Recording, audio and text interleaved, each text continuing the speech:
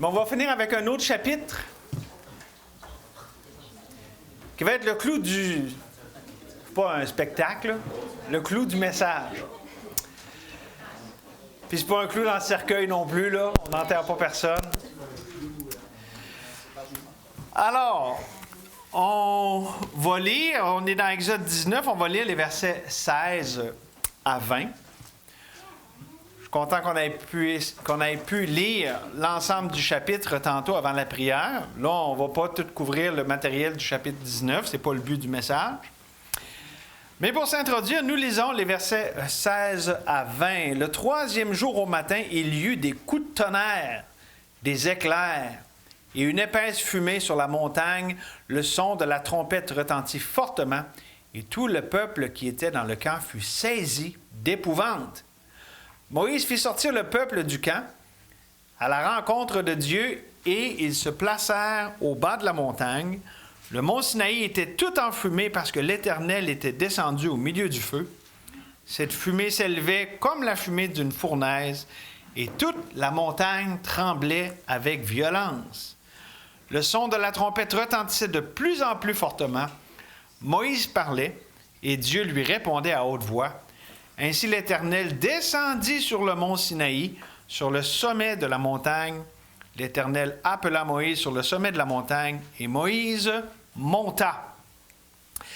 On te remercie, Seigneur, de ce que ce matin, tu as avec ce texte et plus aussi qu'on va considérer ce matin, des choses sur mesure pour chacun de nous.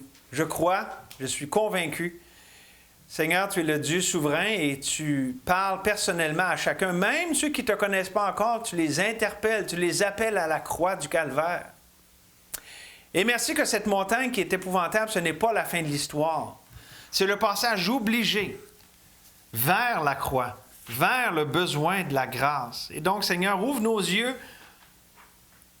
tous et chacun ici, et pour nous, tes enfants, Seigneur, on veut voir les splendeurs de la nouvelle alliance, de ce que tu es, Seigneur, de ce que tu révèles pleinement par la croix du calvaire. Merci, Seigneur, pour ce temps. Guide-nous, dirige-nous au nom de Jésus. Amen. Créé pour la gloire de sa sainteté. Alors, bien ici, évidemment, on a une scène qui est terrifiante. On parlait de spectaculaire la semaine dernière. Il y avait le spectacle assez unique de la mer qui se sépare avec la mer Rouge. On a vu ça le premier message de l'année.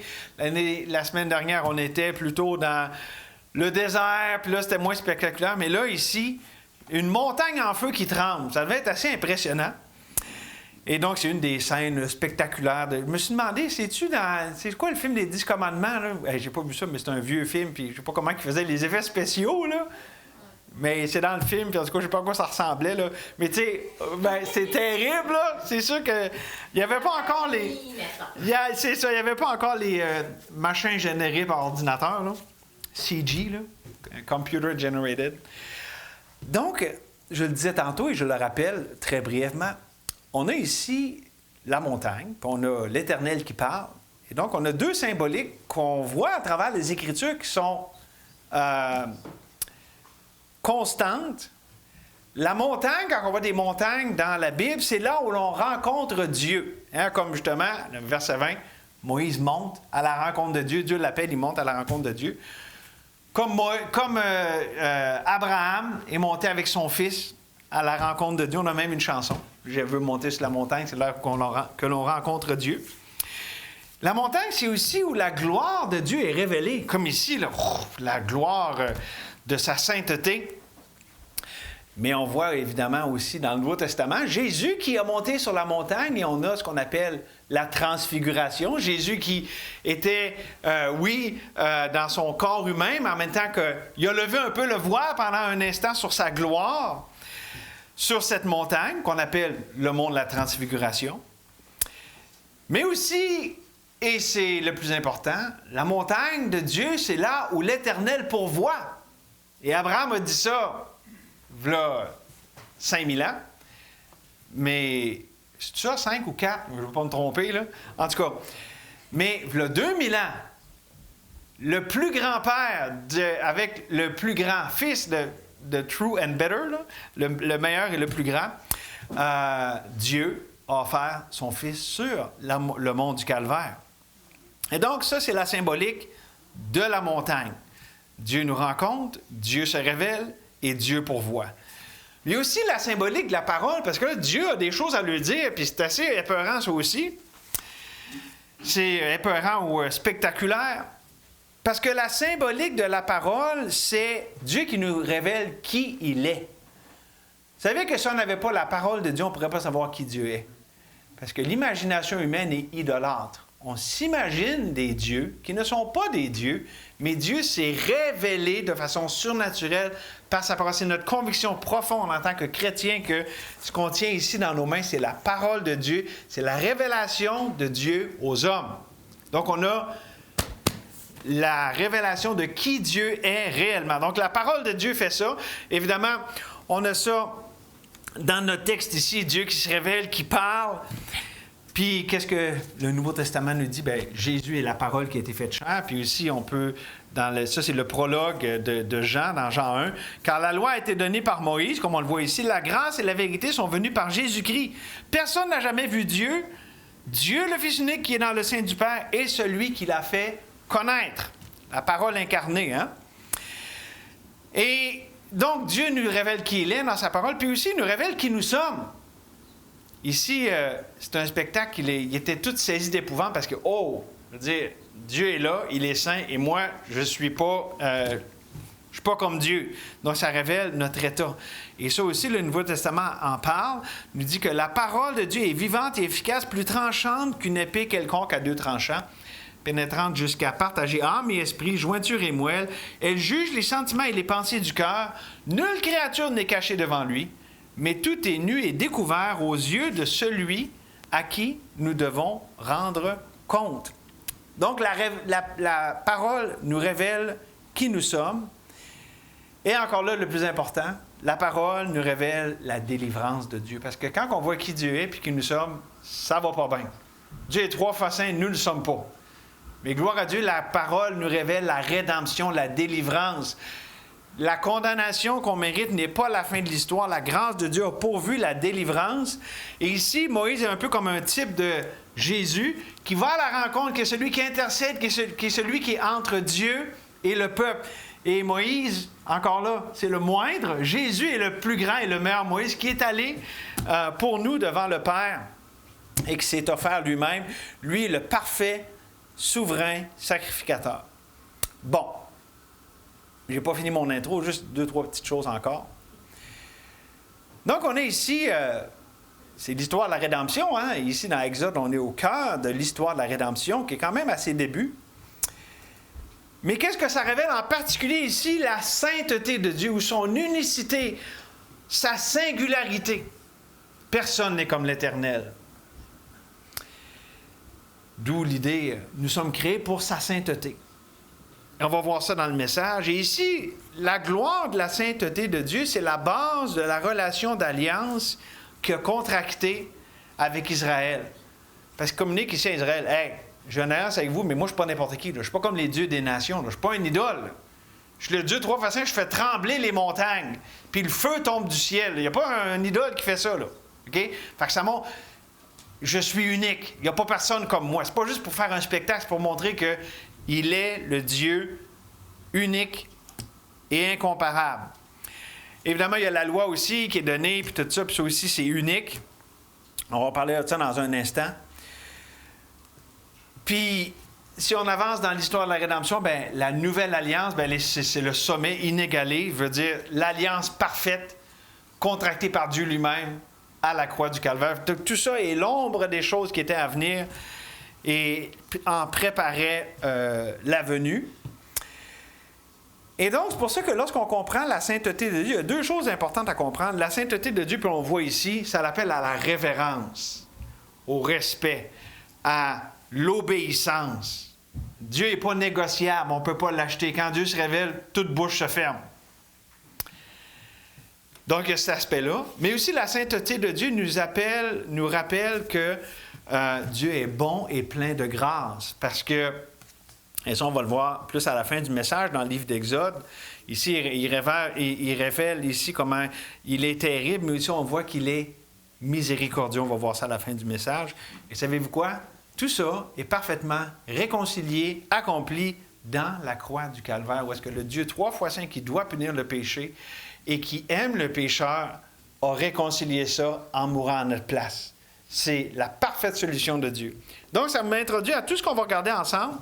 Et nous sommes ici dans l'ombre des choses à venir, mais les leçons sont riches et on va les voir ensemble. Et effectivement, on va aller dans Hébreux 12 et dans un instant, mais j'aimerais avec vous regarder dans ce message 3 gloires de la sainteté de Dieu pour lesquelles nous sommes créés. 3 gloires de la sainteté de Dieu. D'abord, la gloire de sa sainteté inaccessible. Et oui, et justement, si je lis Hébreux, que notre frère a lu tantôt dans la prière, dans Hébreux 12, on commence au verset 18, ça dit, vous pouvez y aller si vous voulez, mais je vous le lis, « Vous ne vous êtes pas approchés d'une montagne qu'on pouvait toucher et qui était embrasée par le feu, ni de la nuée, ni des ténèbres, ni de la tempête. » Ça, là, c'est ce qu'on vient de lire dans Exode 19, OK? La montagne effrayante, OK? Ni du retentissement de la trompette, ni du bruit des paroles, tel que ceux qui l'entendirent demandant qu'il ne leur soit pas adressé une de plus, car ils ne supportaient pas cette déclaration. Même si une bête touche la montagne, elle sera lapidée. Et ce spectacle était si terrible que Moïse dit « Je suis épouvanté et tout tremblant. » Ça, c'est la scène d'Exode 19. Paul, ou l'auteur d'Hébreux, nous en parle. Puis là, on a un mais. Un mais de transition, un mais qui change l'état des choses. Mais vous, Hébreux 12, 22, vous êtes approchés de la montagne de Sion. Une qu'on ne pouvait pas s'approcher, l'autre qu'on peut s'approcher. De la cité du Dieu vivant, de la Jérusalem céleste, des myriades qui forment le cœur des anges et de l'assemblée des premiers-nés inscrits dans les cieux, du juge et le Dieu de, de tous les esprits des justes parvenus à la perfection, de Jésus qui est le médiateur de la nouvelle alliance et du sang de l'aspersion qui parle mieux que celui d'Abel. Mais vous, donc ici, ce qu'on a, on a le contraste entre l'ancienne et la nouvelle alliance. Et le contraste entre la nouvelle et l'ancienne alliance, c'est pas une question de grande gloire et de plus petite gloire, parce que Dieu, et là je vais vous dire un mot, sa gloire, elle est inhérente, intrinsèque, il est glorieux. Je veux dire, dans l'Ancien, dans le Nouveau Testament, Dieu est Dieu, puis il est toujours glorieux. Il a toujours été, puis il va toujours le demeurer. OK? Donc, c'est pas parce que Dieu était plus glorieux dans un, puis moins glorieux dans l'autre. Non, Dieu est glorieux, point final. OK? Mais la différence entre les deux, c'est l'accès à cette gloire.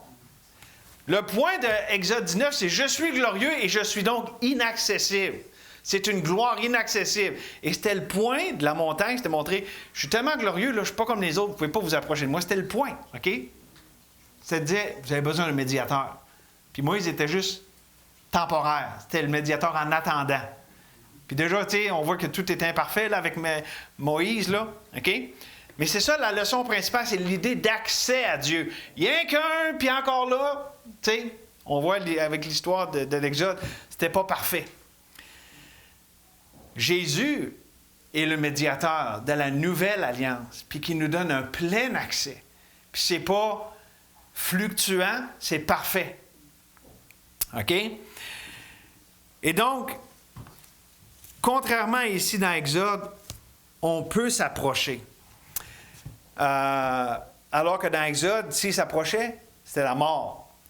OK? Et donc, ne manquez pas ici la force de la vérité qui est transmise, c'est-à-dire tout l'arrière-plan intransigeant de l'Ancienne Alliance a pour but de nous faire apprécier la grâce merveilleuse de la Nouvelle Alliance. Le point de l'Ancienne, c'est « Je suis Dieu, je suis saint, je suis inaccessible aux humains ». C'est pas très invitant, là, mais c'est ça l'idée, c'est de dire « Vous avez besoin d'un médiateur, vous ne pouvez pas venir à moi juste comme ça ». Puis savez-vous quoi? Tout le monde qui est ici, qui a reçu Jésus comme son sauveur, a reconnu ça comme besoin principal. Je ne peux pas aller à Dieu avec mes bonnes œuvres, avec mes bonnes intentions, avec la bonne religion, avec ce qui est de l'humain. Ça ne part pas d'en bas, il faut que ça parte absolument d'en haut. Donc, c'est important, c'est fondamental. Il ne faut jamais négliger, oublier ça. La sainteté inaccessible de Dieu. On ne peut pas aller à Dieu juste de même. Ou moi, je suis une bonne personne, puis il n'y en a pas de bonnes personnes aux yeux de Dieu. Tous ont péché, ils sont privés de la gloire de Dieu. OK? Et c'est ça le point ici. Mais quand je dis que ça nous fait apprécier la Nouvelle Alliance, regardez encore des paroles ici qui sont de la Nouvelle Alliance dans Éphésiens chapitre 2. C'est pourquoi autrefois païens dans la chair, appelés incirconcis par ceux qu'on appelle circoncis et qui le sont à la chair par la main des hommes. Souvenez-vous que vous étiez dans ce temps-là sans Christ, privés du droit de cité en Israël, étrangers aux alliances de la promesse, sans espérance et sans Dieu. Déjà qu'avec Israël ici, tout n'était pas idéal. Imaginez-vous ceux qui n'étaient même pas du peuple d'Israël. Ça, c'était nous. C'était comme ça. Mais on a un autre mais ici. Mais maintenant, en Jésus-Christ, vous qui étiez jadis éloignés, vous avez été rapprochés par le sang de la croix. Car il est notre paix, lui qui des deux n'en fait qu'un, et qui a renversé le mur de séparation, l'inimitié. Et donc, on peut être rapproché par le sang de la croix. Tout est par rapport à cette croix. Et est-ce que tu peux affirmer avec conviction, pas juste parce que tu sais que c'est la bonne réponse à donner dans ta tête, mais avec conviction dans ton cœur, que tu connais, que tu apprécies, que tu trouves ton réconfort dans le fait d'avoir été rapproché de Dieu? Ou tu n'es pas certain? Est-ce que tu as expérimenté ce qu'on voit dans Colossiens, chapitre 3, verset 13, « Vous qui étiez morts par vos offenses et par l'incirconcision de votre chair, il vous a rendus à la vie avec lui, en nous faisant grâce de toutes nos offenses. » Est-ce que tu as eu la grâce de Dieu pour toutes tes offenses? Ou comme le dit un cantique, es-tu lavé dans le sang de Christ? As-tu la conviction dans ton cœur, pas parce que tu es une bonne personne, mais parce que tu as la foi dans le bon Dieu, que tu n'as aucune condamnation pour toi. Il n'y a maintenant aucune condamnation pour ceux qui sont en Jésus-Christ. Et savez-vous quoi? Une question de même, là, on ne peut pas se permettre d'être sa clôture. Ouais, peut-être, oui. Non, parce que c'est une question éternelle. Pour ta destinée éternelle, pour ton âme éternelle. Il n'y a pas de question plus importante. Le reste, la Bible dit, c'est une vapeur, c'est de la vanité, c'est la poursuite du vent. Il n'y a pas de question plus importante que celle de notre âme éternelle. Et tu peux la résoudre maintenant parce que Dieu lui-même a ouvert la porte. Et on a ça aussi dans une symbolique qui nous donne avec l'Ancien Testament, dans Hébreux au chapitre 10, où est-ce que ça dit? « Ainsi donc, frères, nous avons au moyen du sang de Jésus, c'est toujours ça qui revient, une libre entrée dans le sanctuaire, par une route nouvelle et vivante qu'il a inaugurée pour nous au travers du voile, c'est-à-dire sa chair, et nous avons un souverain sacrificateur établi sur la maison de Dieu. » Dieu a ouvert la porte pour que tu puisses entrer. Et ça, c'est unique, c'est incomparable. Il n'y a pas de religion de même. Je vois quand même pas mal de gens d'autres religions. Là. Et que c'est compliqué, la religion. On n'est jamais certain, il faut toujours en faire un peu plus. Puis même quand on en fait plus, on est quand même sur la corde raide. Mais la Bible, c'est tout à fait différent ce qu'elle dit. Par exemple, Romains, chapitre 5, versets 1 et 2. « Étant donc justifiés par la foi en Jésus, nous avons la paix avec Dieu par notre Seigneur Jésus-Christ, à qui nous avons eu d'avoir par la foi accès à cette grâce, dans laquelle nous demeurons fermes et nous nous glorifions dans l'espérance de la gloire de Dieu. » Puis encore Éphésiens 2, ça dit que Jésus est venu nous annoncer la paix à vous qui étiez loin et la paix à vous qui étiez près, car par lui, les uns et les autres, nous avons accès auprès du Père par un même esprit. Donc oui, Dieu est inaccessible de par nos propres moyens, puis c'est tout le point d'Exode 19, mais il a ouvert l'accès lui-même, et c'est le seul moyen d'accéder à Dieu, c'est par sa grâce, c'est par le chemin, la route nouvelle et vivante que Jésus lui-même a tracée en allant sur la croix, en nous faisant grâce de toutes nos offenses, et ce qu'on a maintenant, c'est à l'accepter.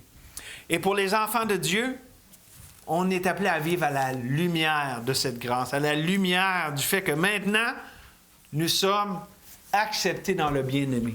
C'est ma question, est-ce que tu acceptes ton acceptation? Est-ce que tu vis comme quelqu'un qui peut se reposer de ses œuvres, comme quelqu'un qui est dans le bien-aimé, qui aimer de tout l'amour possible et imaginable parce que c'est l'amour infini de Dieu? Est-ce que c'est ton repos? Est-ce que c'est ta valeur refuge? Et c'est pas anodin, parce que sinon, tu es un chrétien qui marche sur l'adrénaline spirituelle, tout le temps stressé, puis essayer de faire plus, puis c'est pas assez. La sanctification par les œuvres, c'est tellement pas... C'est pas reposant, littéralement. Mais par la foi, c'est toute la différence. Donc, c'est la première chose. La gloire de sa sainteté inaccessible. Puis l'autre, ben c'est pas bien mieux. La gloire de sa sainteté intransigeante. Et donc, on a une bonne mauvaise nouvelle avant d'arriver à la bonne nouvelle. Fait qu'apprécions comme il faut la mauvaise nouvelle. Puis là, on ne va pas lire un passage, ça serait trop long, mais dans le chapitre 20 qui suit dans Exode, c'est ce qu'on appelle le décalogue. Ça, c'est pas comme le catalogue Canadian Tire ou distribution aux consommateurs. Là. Le décalogue, ça veut dire les 10 commandements. OK? Déca, c'est 10. Log, c'est loi. La loi en 10. La 10 loi, non. Les 10 paroles, c'est vraiment ça, littéralement, l'idée de décalogue. La gloire de sa sainteté intransigeante. Donc, qu'est-ce que les 10 commandements nous révèlent? Bien, la sainteté de Dieu, puis savez-vous quoi? C'est pas mitigé, c'est pas négociable. C'est bien, si ça te tente, tu ne feras pas d'autres dieux devant ma face. Mais non, c'est comme, tu n'auras pas d'autres dieux devant ma face. Puis là, tu sais, les commandements sont donnés, sont gravés sur le roc. Littéralement, c'est le point, c'est ça ne change pas. C'est non négociable, tu ne peux pas essayer de faire un arrangement avec Dieu. C'est les 10 commandements, c'est intransigeant. Autrement dit, si je vais par les 10 commandements, avez-vous déjà entendu ça? Ah, moi, j'essaie de vivre par les 10 commandements. OK. Si on embarque là-dedans, là, ben, si je veux être avec Dieu, avoir sa faveur là, par les 10 commandements, il faut que je sois all-in, sinon je suis all-out. Il faut que tu sois parfait. Voué à l'échec, c'est sûr et certain, parce que c'est tout le point justement des 10 commandements, on n'est pas capable de les garder. Et là, j'amène la lumière de la Nouvelle Alliance, du Nouveau Testament là-dessus. La loi est-elle donc, la loi est-elle donc contre les promesses de Dieu? Là, je suis dans Galates 3, verset 21. Loin de là, s'il avait été une loi qui puisse procurer la vie, la justice viendrait réellement de la loi. Mais l'Écriture a tout renfermé sous le péché, afin que ce qui avait été promis soit donné par la foi en Jésus-Christ à ceux qui croient. Avant que la foi vienne, nous étions enfermés sous la garde de la loi, en vue de la foi qui devait être révélée. Ainsi, la loi a été comme un précepteur, un pédagogue, pour nous conduire à Christ afin que nous soyons justifiés par la foi. La foi étant donc venue, nous ne sommes plus sous ce précepteur, car vous êtes tous fils de Dieu par la foi en Jésus-Christ. Vous tous qui avez été baptisés en Christ, vous avez revêtu Christ. Donc, la Nouvelle Alliance nous montre le rôle de la loi. C'est un rôle temporaire pour nous amener à Jésus. La loi est celle qui nous montre notre besoin d'un sauveur. C'est la loi qui nous amène à voir que là où le péché abonde, puis c'est ça le but de la loi, de montrer que le péché abonde, la grâce surabonde. Ça nous amène à cette conviction de notre besoin de la grâce de Dieu. Et remarquez que ça nous parle à la fin de ce que j'ai lu, d'être revêtu ou nu. Puis d'ailleurs, on l'a lu tantôt, mais Hébreux 14, 13, ça dit « Nulle créature n'est cachée devant lui, mais tout est nu et découvert aux yeux de celui à qui nous devons rendre compte. » Devant Dieu, il voit tout. On ne peut pas faire de cachette. Et donc, ma question, es-tu revêtu de Christ? Et ça aussi, on a un cantique là-dessus. « Vêtu de Christ ». Ça fait longtemps qu'on ne l'a pas chanté. Peut-être qu'on va chanter la semaine prochaine. Je donne des idées à Dave.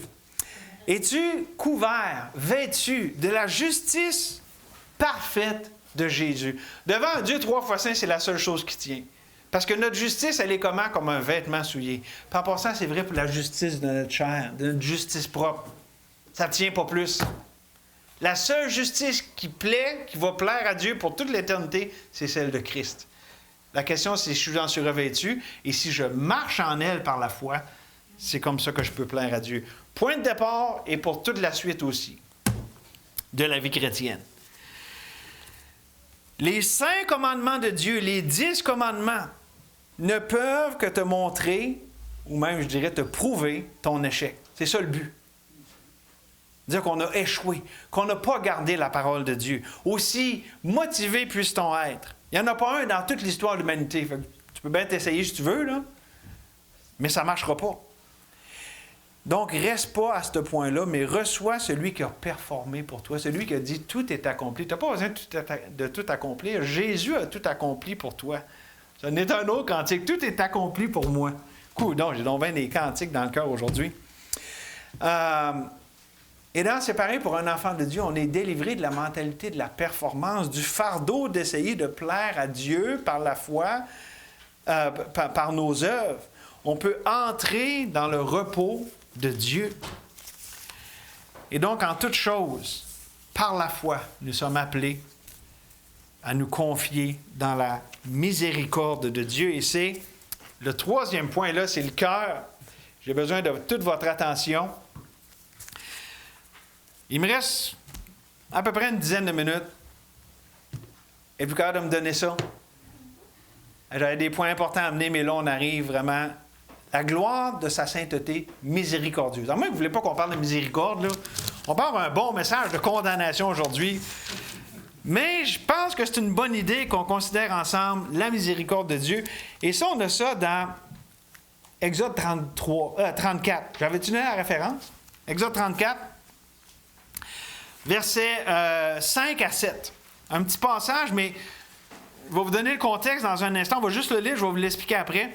L'Éternel descendit dans une nuée, se tint là auprès de lui, auprès de Moïse, et proclama le nom de l'Éternel. Et l'Éternel passa devant lui et s'écria, « L'Éternel, l'Éternel, Dieu miséricordieux et compatissant, lent à la colère, riche en bonté et en fidélité, qui conserve son amour jusqu'à 1000 générations, qui pardonne l'iniquité, la rébellion et le péché, mais qui ne tient point le coupable pour innocent, et qui punit l'iniquité des pères sur les enfants et sur les enfants des enfants jusqu'à la 3e et la 4e génération. » La gloire de sa sainteté miséricordieuse. C'est important ici de noter que cette révélation unique, là, c'est, bon, dans le contexte, c'est Moïse qui voulait voir la gloire de Dieu. Il dit, « OK, mais tu ne pourras pas me voir face à face, je vais passer devant toi. » Puis bon, il se révèle ici comme étant le Dieu de miséricorde. C'est unique, c'est puissant. Mais c'est important de se rappeler que c'est après l'horrible épisode de Exode 32. Le veau d'or, l'idolâtrie. Et c'est même repris dans le Nouveau Testament en disant qu'il se levait pour se divertir. Puis je ne rentrerai pas dans les détails, mais c'était pas beau. C'était très païen, puis OK. Ou on peut le mettre dans la perspective actuelle et moderne. Dieu, après avoir constaté l'état lamentable de notre société, de notre beau Québec, misérable, de notre monde enfui dans le gouffre de la rébellion et de tout ce qui est contre Dieu, de toute cette technologie, cette distraction, cette culture du divertissement, Dieu se révèle encore aujourd'hui par la même croix. La croix du Calvaire, c'est la plus puissante révélation de sa gloire et évidemment de sa miséricorde. Et il n'est pas banal de noter encore avec le contexte ici de ces versets que Dieu renouvelait l'ancienne alliance. Pourquoi? Parce que avec les événements qui est arrivés, Moïse avait brisé les tables de la loi. Savez-vous que, fait que là, Dieu il a donné un deuxième set, OK? Il y avait des tables de rechange, là. Donc, les tables de la loi avaient été brisées. Mais savez-vous quoi? Avant de les briser sur le sol, celles qui étaient écrites sur la pierre, Israël les avait brisées dans son cœur et c'était là le problème. Ça, les tables de pierre, c'était juste la manifestation de la réalité intérieure. Mais pourquoi? Là, je vous pose une question théologique. Si l'ancienne alliance, et là, je vous le dis sur le poids du Nouveau Testament, était vouée à l'échec. C'était passager, c'était voué à disparaître. Okay? C'est ce que ça dit sur l'ancienne alliance. Ben pourquoi Dieu l'a renouvelé si c'était voué à l'échec anyway? Vous avez déjà posé la question? Tu sais, je veux dire, il avait pris la première, puis là, Dieu, ben, il a quand même ordonné un deuxième set. Il a renouvelé ce qui était voué à l'échec. La réponse, c'est sa patience. Et encore là, je ne vais pas vous inventer ça. Écoutez, puis là, Romains 3, 25, 26, c'est théologiquement super pesant. Je vais vous expliquer pourquoi. C'est lui que Dieu a destiné à être, là ça nous parle de Jésus, là, Romains 5, 25 et 26, c'est lui que Dieu a destiné à être, par son sang, pour ceux qui croiraient, victime propitiatoire, afin de montrer, ne manquez pas ça, afin de montrer sa justice parce qu'il avait laissé impunis les péchés commis auparavant au temps de sa patience. Il montre ainsi sa justice dans le temps présent de manière à être juste tout en justifiant celui qui a la foi en Jésus. Donc la réponse à notre question, c'est parce que Dieu usait de patience, puis c'était en attendant la croix. Mais ne manquons pas le verset 26, à la fin du verset 26, ça dit « de manière à être juste tout en justifiant celui qui a la foi ». Il y avait un dilemme théologique énorme. Dieu, avec sa sainte loi, son saint caractère qui est révélé dans la loi, devait punir le pécheur. Sinon, il aurait été lui-même contre sa propre parole parce qu'il dit que celui qui pêche, il doit être puni. Il doit avoir la conséquence. Ça, c'est la justice de Dieu. Okay? Mais ce que Romains 5, 26 nous dit, c'est qu'avec la croix, Dieu est demeuré juste, mais justifie ou fait grâce, miséricorde, à celui qui a la foi. Pas la foi en lui-même, pas la foi, mais la foi en Jésus, en celui qui est mort à sa place. Ça réconcilie la justice et l'amour de Dieu. C'est le grand dilemme de la rédemption qui est résolu. Et on a ça ici dans Romains, au chapitre 3, versets 25 et 26. Une importance théologique rédemptrice immense, parce que c'est le moyen. Il n'y en a pas d'autre. Il n'y avait pas comme, OK, la croix, c'est une bonne idée, mais peut-être que je pourrais aussi avoir un autre. Non, il y a juste la croix. Juste le Fils de Dieu qui prend un corps, qui s'incarne, qui vit parmi nous, sans péché et qui meurt, lui, juste pour nous les injustes. Il n'y avait pas d'autre façon, la croix du calvaire, pour résoudre ce problème autrement. Irrésolvable ou irrésoluble? Irrésolvable. C'est décrété. C'est pour ça que ça nous dit dans Éphésiens, au chapitre 1, verset 5, que Dieu, c'est selon son bon plaisir qu'il nous a fait miséricorde et grâce. Et ça nous dit aussi que Dieu aime la miséricorde et non les sacrifices et la connaissance de Dieu plus que les holocaustes. Jésus, à 2 reprises, a cité ça aux pharisiens. On va en parler dans un instant de nos pharisiens, là, mais Dieu aime la miséricorde. Il prend plaisir à la miséricorde. Et Jésus a dit aux pharisiens, allez, là, quand il dit ça, il parle aux pharisiens, allez, apprenez ce que signifie, puis là, il cite Osée 6.6. Je prends plaisir à la miséricorde et non au sacrifice, car je suis venu, puis là, Jésus dit ça, je ne suis pas venu pour appeler des justes, mais des pécheurs. Si vous saviez ce que signifie je prends plaisir à la miséricorde et non au sacrifice, vous n'auriez pas condamné des innocents. Ça, c'est les 2 passages du Nouveau Testament, dans Matthieu, où est-ce que Jésus condamne ceux qui n'ont pas de miséricorde. On s'en va à quelque part avec tout ça. Dieu prend plaisir à la miséricorde, et c'est un concept que nos amis pharisiens, on aime nos ennemis, là, n'avaient pas du tout compris. En fait, ils étaient sous l'emprise, sous le carcan de la loi et de sa mentalité de performance et de mérite. C'est pour ça que Jésus, quand il les donne en illustration, il y en a un qui prie « Je te remercie que je fais ci, puis je fais ça, puis que je ne suis pas comme ce publicain. » C'est toute la mentalité ici qui est tellement bien illustrée par Jésus lui-même.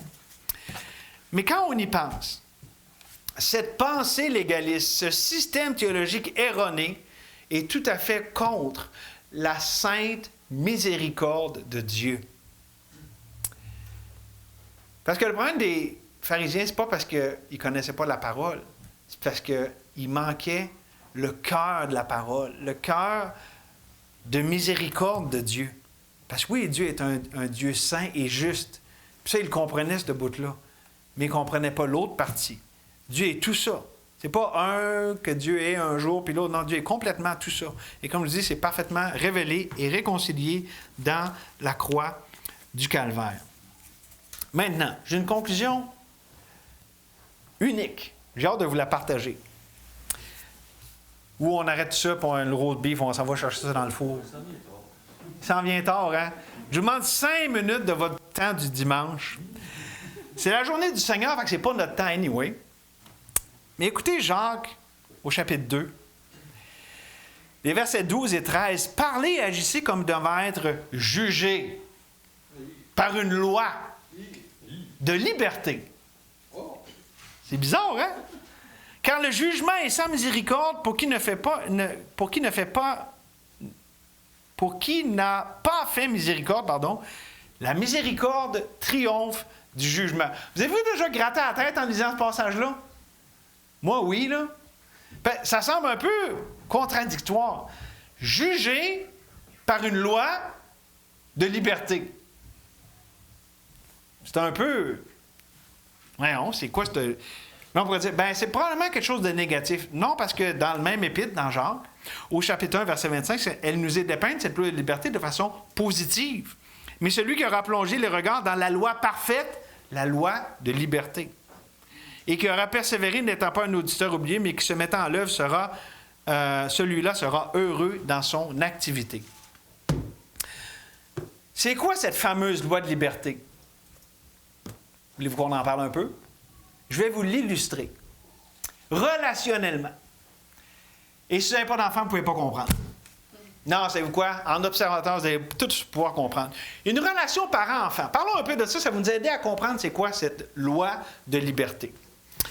L'enfant, là, dans une relation parent-enfant, qu'il soit tout petit, puis plus grand, puis plus on est grand, moins c'est vrai, parce que là, on devient plus adulte, mais ça reste quand même vrai.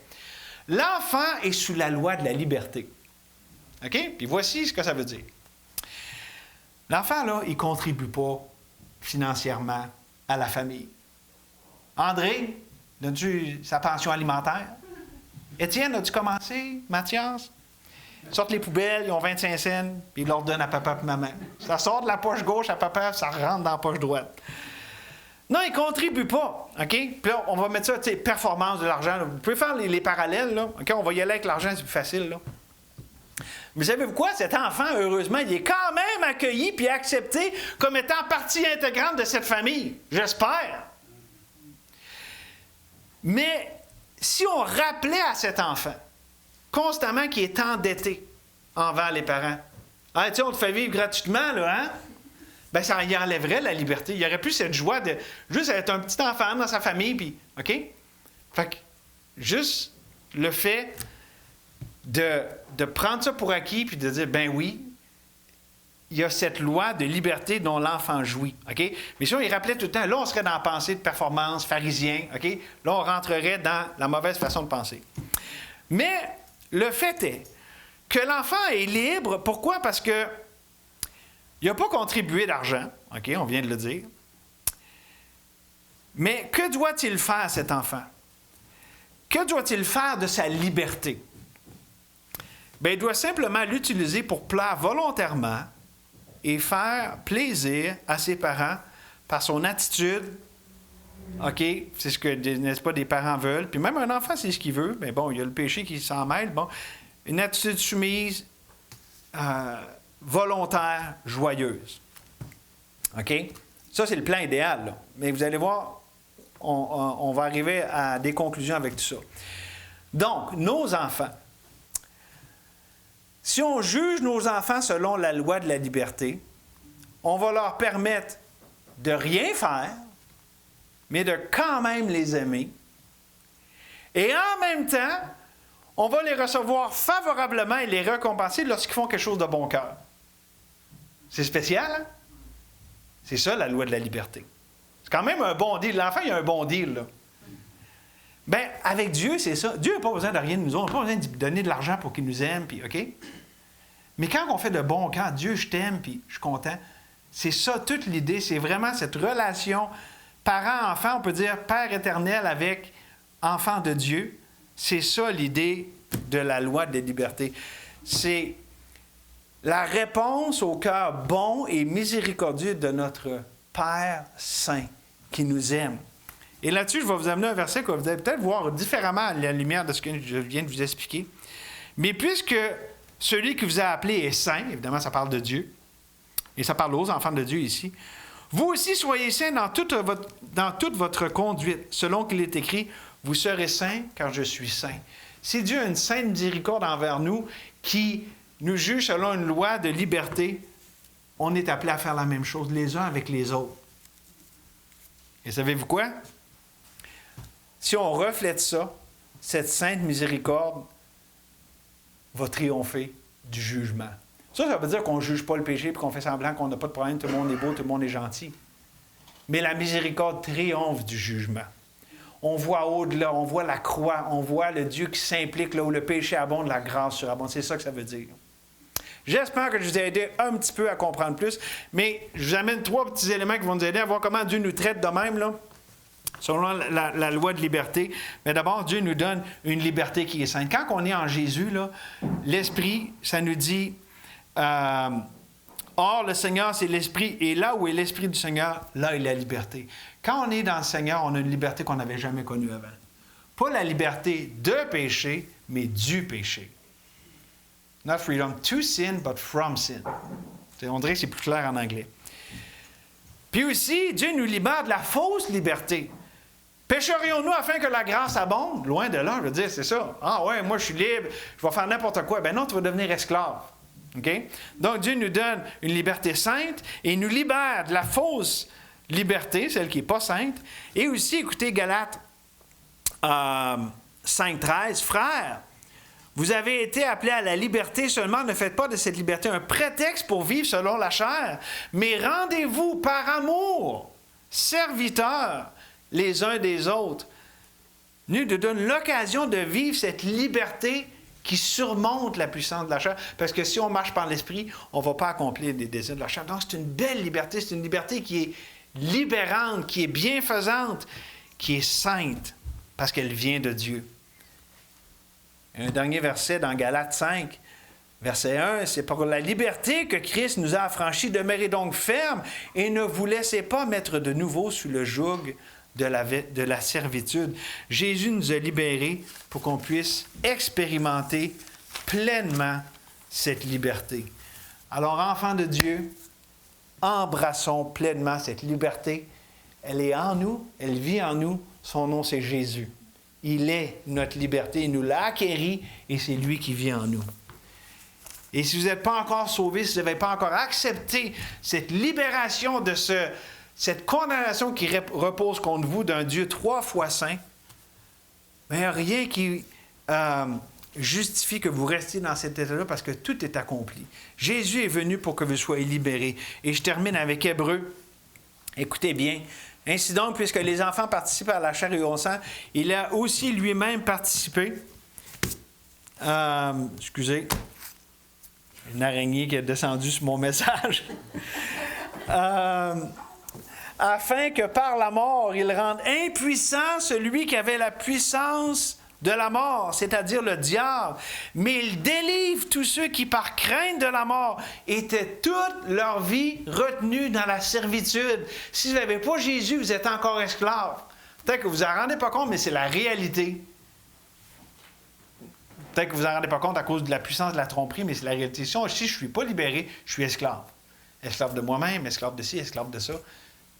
Vous avez besoin d'être affranchi. Si le Fils vous affranchit, vous serez réellement libre. Amen. Merci, Seigneur, pour ta parole vivante, efficace. Merci que l'efficacité ne repose pas dans la performance de celui qui la délivre, parce que sinon on serait mal pris, mais dans la puissance de toi, Esprit du Dieu vivant, qui travaille d'une façon inouïe et extraordinaire. Merci Seigneur que ce matin, tu es à l'œuvre. Et cette œuvre rédemptrice que tu as commencée dès le début de l'histoire de l'humanité avec nos 2 premiers parents, tu ne l'as jamais arrêtée et encore aujourd'hui, elle est en œuvre. Tu délivres. Tu délivres les pécheurs de la mort. Tu délivres de l'esclavage. Et merci que tu délivres aussi ton peuple. Donc, on veut te louer, Seigneur, pour la liberté en Jésus. Et que, Seigneur, on peut venir à toi maintenant avec un plein accès. Pas parce qu'on mérite ou qu'on a fait mieux que d'autres, mais parce que Jésus est notre mérite, que lui a fait ce que personne d'autre n'a jamais fait. Oh, on te loue, on te bénit. Merci, Seigneur, que personne ne paraisse être venu trop tard. Que tout le monde ici soit certain d'avoir le plein pardon de tous ses péchés par Jésus, par la croix du Calvaire. Et que nous, tes enfants, on marche en pleine assurance dans cette grâce qui nous a été faite. Merci, Seigneur, pour ce temps béni. Au nom de Jésus. Amen.